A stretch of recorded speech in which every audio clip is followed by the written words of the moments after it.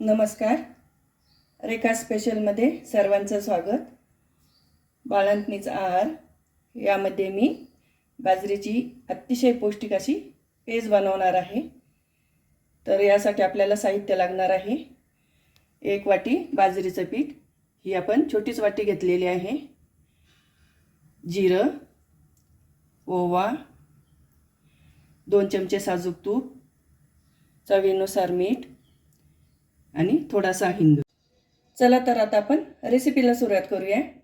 इकडे मी सॉसपॅन आहे, हा गरम करायला ठेवलेला आहे.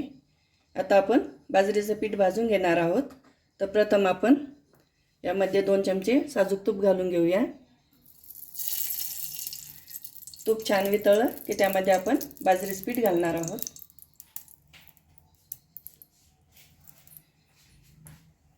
पूर्वीच्या काळी गावाकडे बाळंतणीला अशा पद्धतीची पेज दिल्या जायची. आता बरेच जण ही बनवत नाही, तर तुम्ही ही नक्की बनवून बघा. खूपच अशी टेस्टी होते आणि चवीला देखील खूपच उत्तम लागते. 2 मिनिट मी हे पीठ छान भाजून घेतलेलं आहे. आता आपण यामध्येच ओवा घालून घेऊया.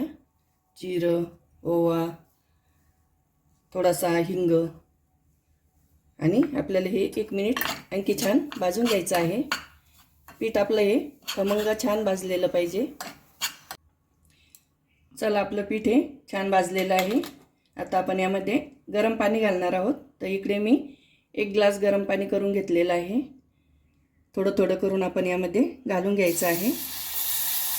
सुरुवातीला थोडं पाणी घालून छान मिक्स करून घेऊया. पेजला बिलकुल गिठोळ्या झाल्या नाही पाहिजे, तर असं पटपट हलवून घ्यायचं आहे.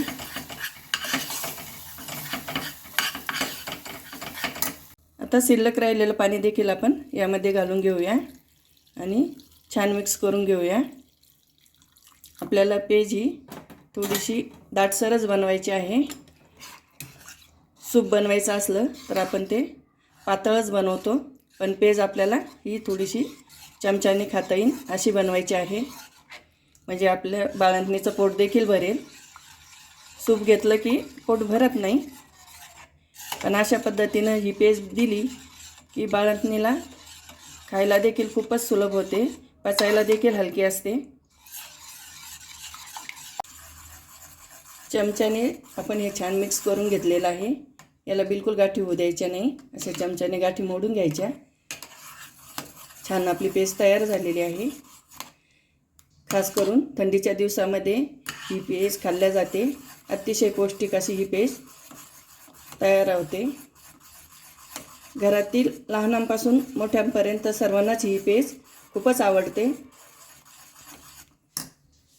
चला, आता आपण यामध्ये चवीनुसार मीठ घालूया आणि याला छान 2 ते 3 मिनिट मस्त उकळी येऊ द्यायची आहे. चला तर मैत्रिणींनो, आपली बाजरीच्या पिठाची पेस्ट तयार झालेली आहे. बघा, मस्तच झालेली आहे. तुमच्या घरात कोणाला सर्दी खोकला झालेला असेल तर त्यांना देखील ही पेस्ट दिली तर झटपट आपली सर्दी खोकला बरा होतो. हे घरातील प्रत्येकाने ही पेस्ट अवश्य घ्यावी. कशी वाटली माझी रेसिपी कमेंट करून नक्की कळवा. असेच नवीन व्हिडिओ बघण्यासाठी माझ्या चॅनलला लाईक करा, शेअर करा, सबस्क्राईब करायला विसरू नका. धन्यवाद.